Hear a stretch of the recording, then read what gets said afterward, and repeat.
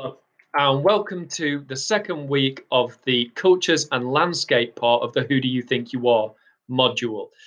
This week, we're going to be picking up where we left off last lecture with the decline of the Southern Mayan Empire, which is where modern day Honduras is now. And we are going to be looking at how the arrival of colonial European powers changed the culture of the peoples of Honduras and what the relationship was in that changing culture to the landscape and the available resources which the Europeans so desired. Now, this journey begins with a familiar face in Christopher Columbus. Now, Columbus has made it his name by marrying into a wealthy trading family who have made their fortune trading in Northwest Africa. And Columbus wants to make a name for himself, and he fancies himself as a bit of a philosopher, astronomer, and geographer. And it is in this time period that the superpowers of Europe have had their access to the lucrative trade routes in the East cut off from them by the Islamic Empire, who sieged Constantinople in 1453. And the European powers are desperate to find a Western route across the Atlantic back to China and India so they can restart their economies and trade.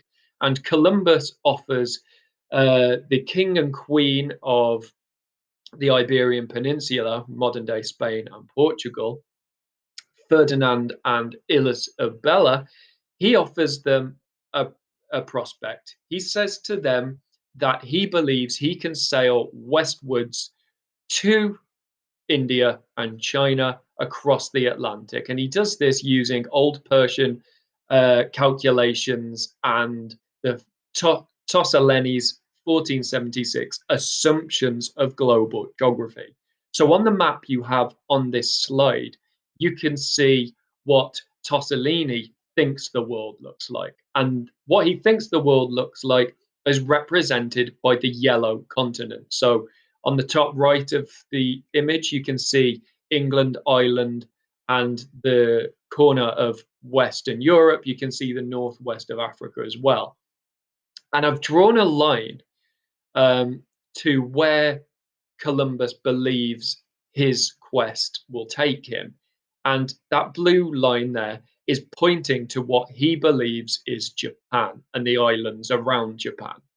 However, as we know, there is an entire continent between Japan and Europe. It was just that it had been undocumented to this point. And as you can see on this map, where Columbus actually ends up is in the islands of the Caribbean and mainland Central America. And this is how Europeans first come into contact with the area of land and the people that become Honduras and Hondurans. But it is not the first voyage where Honduras is discovered by Columbus. I say discovered, ironically, of course, because it had always existed, and we need to move away from this idea that Columbus was the only person to discover it.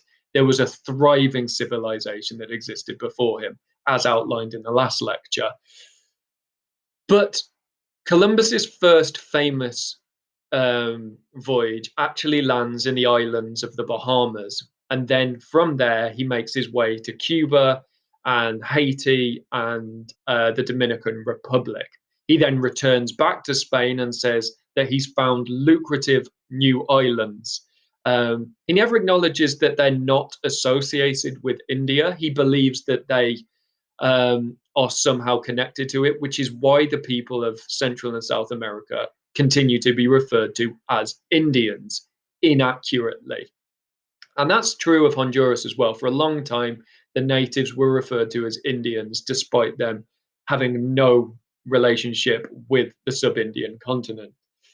But Columbus goes back and forth 3 times to the Caribbean, each time bringing back valuable resources to appease Ferdinand and Isabella back in the Iberian Peninsula. However, they become increasingly irritated that he has not actually found a way to mainland India.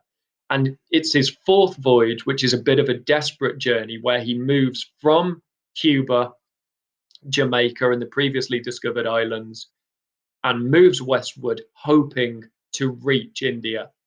But instead, he lands in Honduras and he maps the coastline along Honduras and makes note that there are a number of valuable resources there. So that's in 1502. And slowly but surely, Spain has a prolonged period of colonizing Honduras. But it is not until 1524 that a prolonged campaign begins to conquer Honduras and the people who live there. Before that, there'd been some smaller efforts to take some of the precious metals, but generally there hadn't been much activity. And it's not until 1524 where you get an entire army sent to try and crush the disparate tribes of the mountainous forests of Honduras.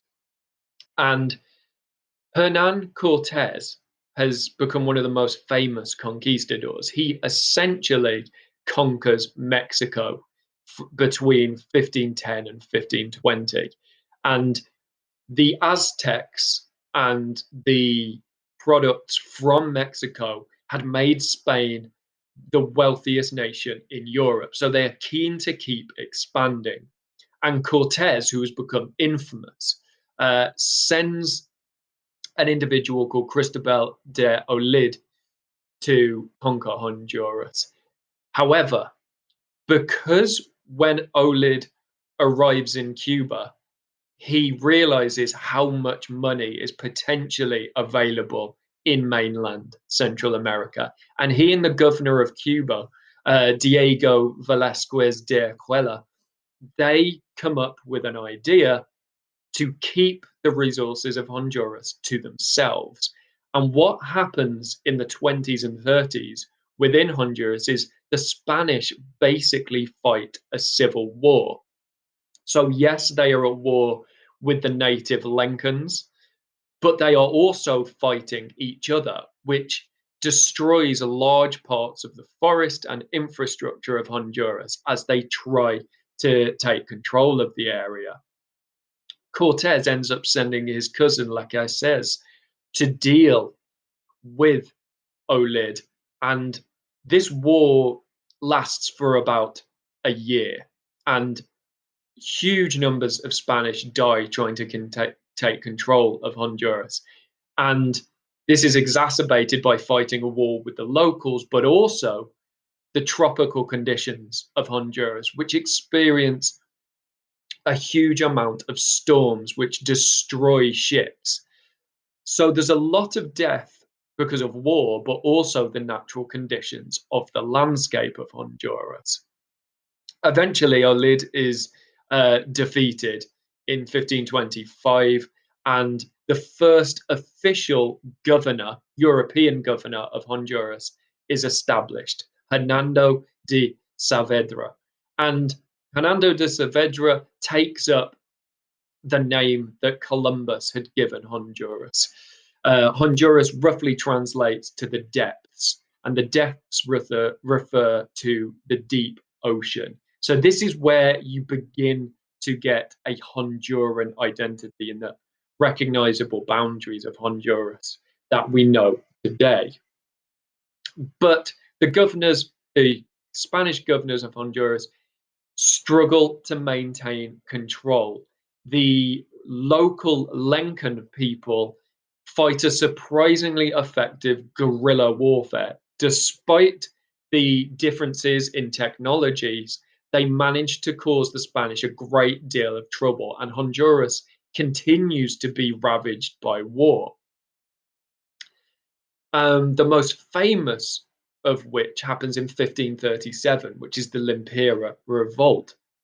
And Limpira is a cult hero in Honduran folklore. If you look on this slide on the banknote of Honduras, Honduras, you have his face. In fact, the currency is called the limpira. This is how culturally significant he is. And he uses the terrain of Honduras and his knowledge of local poisons to conduct a war against them. And he eventually raises 30,000 soldiers from 200 villages. And they do an enormous amount of damage to the Spanish infrastructure that's been put in place. However, Limpera makes the mistake of trusting European diplomacy. They get a message to Limpera to say that they want a truce.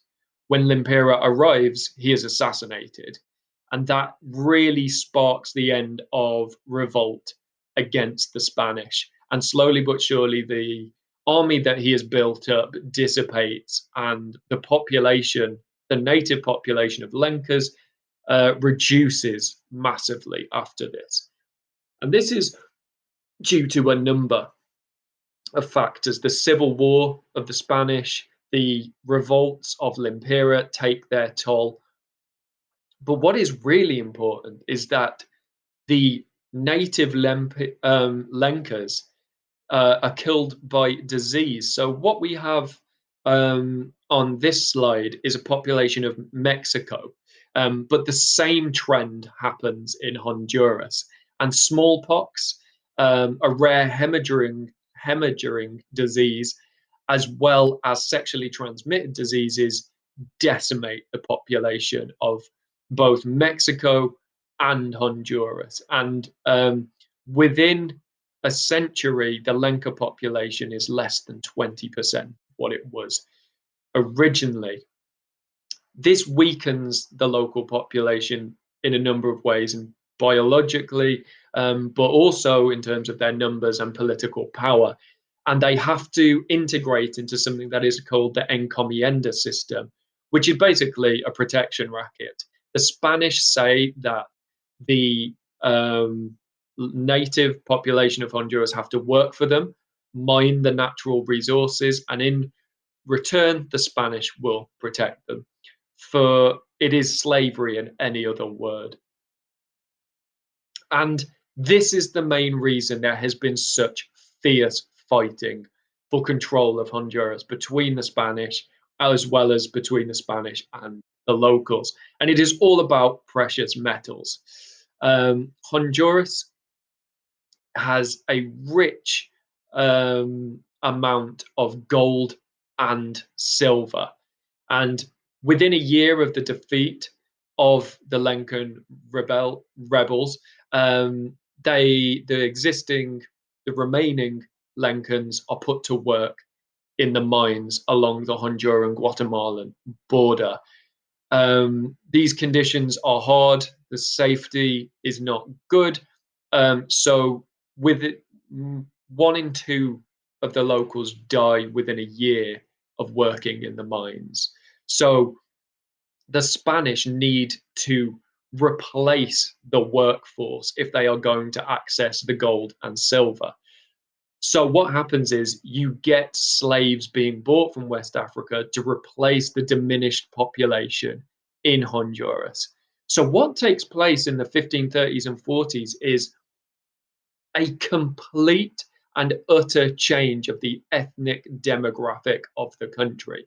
If you were to go to Honduras now, it would not generally be native Hondurans or native Lencans that you would meet. You're meeting a mix of Lencans, white Europeans, as well as West Africans. So an entire new ethnic mix is created, and the population of Honduras completely transforms as a result of this. All because of the landscape, what is available. The Europeans want the gold, they want the silver, and they are willing to do anything to access it. So the main problem that the Lencans face is that the landscape, the resources were too appealing to Europeans. At the height of the slavery, you have about 2,000 slaves working in the newly formed city of Comayagua. And really, this is where you start to get cities, um, European style cities forming, opposed to the Mayan styles that we looked at last week. And I've put on this slide the Spanish Catholic Church of Comayagua, and the religion of the country is enforced upon them. So the country is still majority Catholic now. So you can see how culture is changing as a result of what is in the landscape. And these very European style cities form, including San Pedro Sula, which is the second city of Honduras. However, the Spanish mine at such an extensive rate that the amount of silver and gold is depleted by the 1580s. Within 50 years of them starting mining, there is no silver and gold left. And as a result of that, the Spanish leave essentially. Whilst they still politically own the country, they invest no money in it because they see that there is no value in the country anymore. And this is one of the first examples of the complete stripping of the resources of Honduras, which is going to continue to have an effect to this day because other cultures take what is valuable and there is little left. And as a result of the lack of investment by the Spanish Empire, you get Honduras becoming this hub of piracy and privateering. When the mines dry up, the Spanish don't invest as much. And in the vacuum of a strong Spanish presence, the rest of the European countries turn up. And the French, the Dutch, and the English, who are all trying to expand their own empires, fund pirates and fund privateers to cause trouble for the Spanish.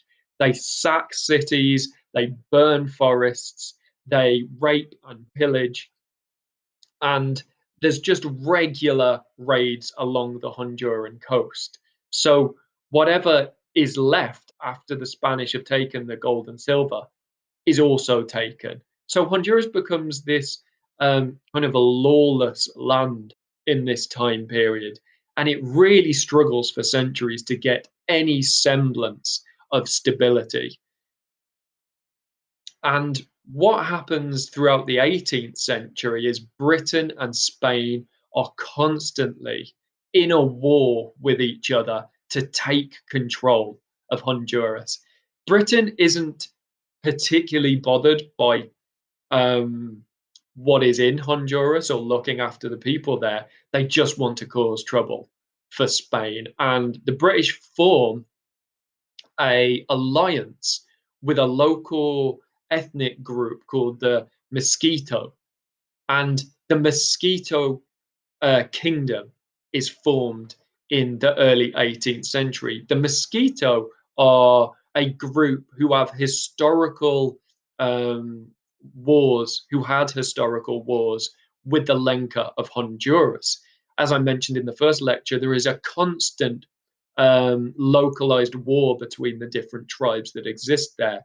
And Britain exploits this. And this alliance between the locals who know the landscape and the power of Britain ends up in a powerful anti Spanish force. And the English and the Mosquito burn entire cities in this time period as they try to wrestle power away from the Spanish.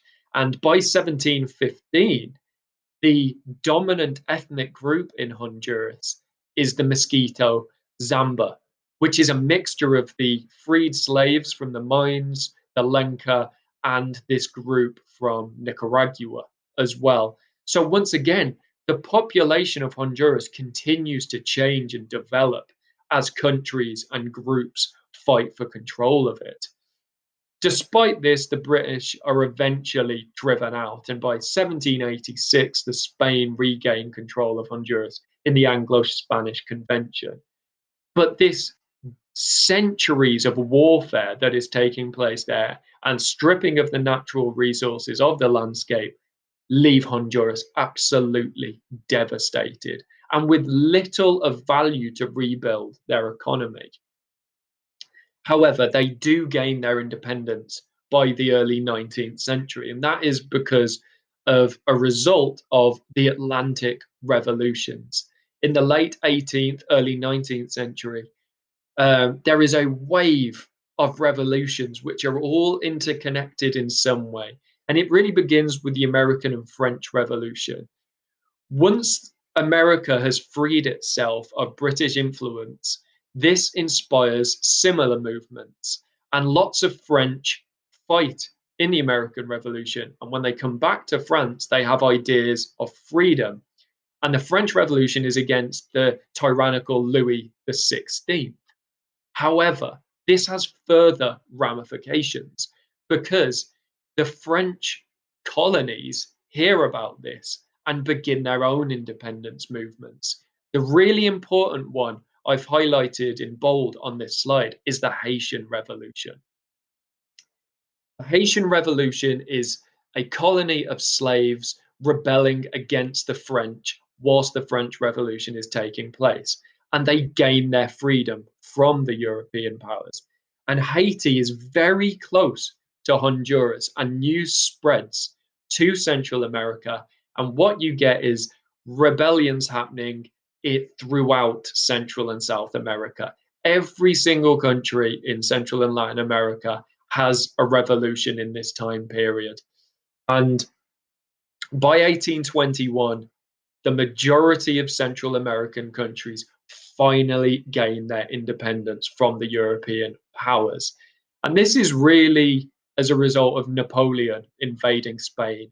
And Spain can no longer invest money into maintaining their empire. So the first country to gain independence in Latin America is Mexico, who fights a war from 1810 to 1821. Then, when Mexico proves to be victorious, the United Provinces of Central America is formed. And that is Mexico, Guatemala, Honduras, El Salvador, Nicaragua, and Costa Rica form this kind of almost EU like super state where they try and re stimulate their economy after centuries of colonization.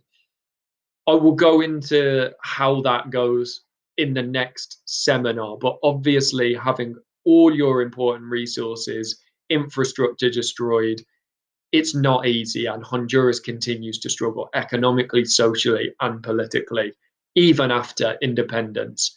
But hopefully, after this lecture, you can see how much the importance of the resources and the landscape of Honduras have been in shaping their history and culture. And this really builds the foundations to the machismo attitudes I talked about in the first lecture. I'll put my key points on this slide. And before the seminar, I want you to think about the following things. I want you to think about how did the landscape of Honduras influence the culture and society that developed there during the colonial period.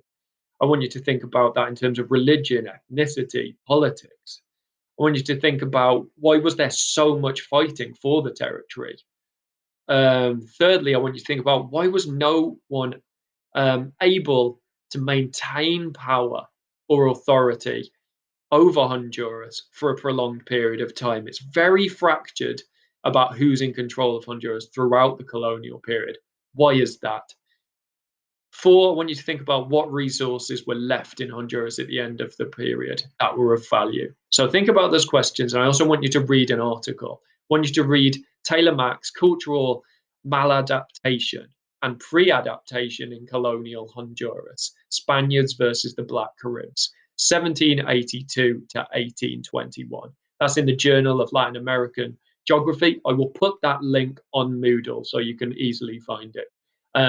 So read that, watch the documentary I talked about in the first lecture, and think of those questions. And we'll discuss the Mayan and colonial period in the seminar. Thank you very much.